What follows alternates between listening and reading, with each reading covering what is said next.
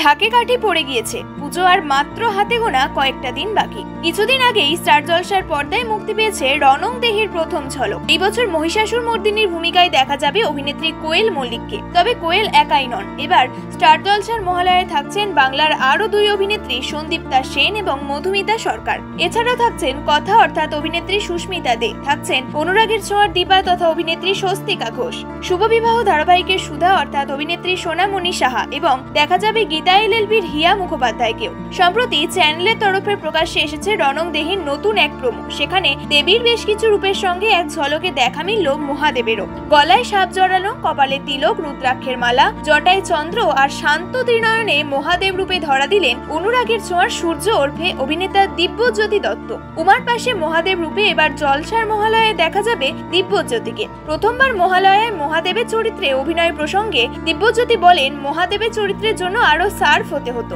Promo দেখে বুঝলাম আমি ঠিক ফুটিয়ে তুলতে পারিনি, আরো ভালো হতে পারতো। ভবিষ্যতে আরো ভালো করার চেষ্টা করব।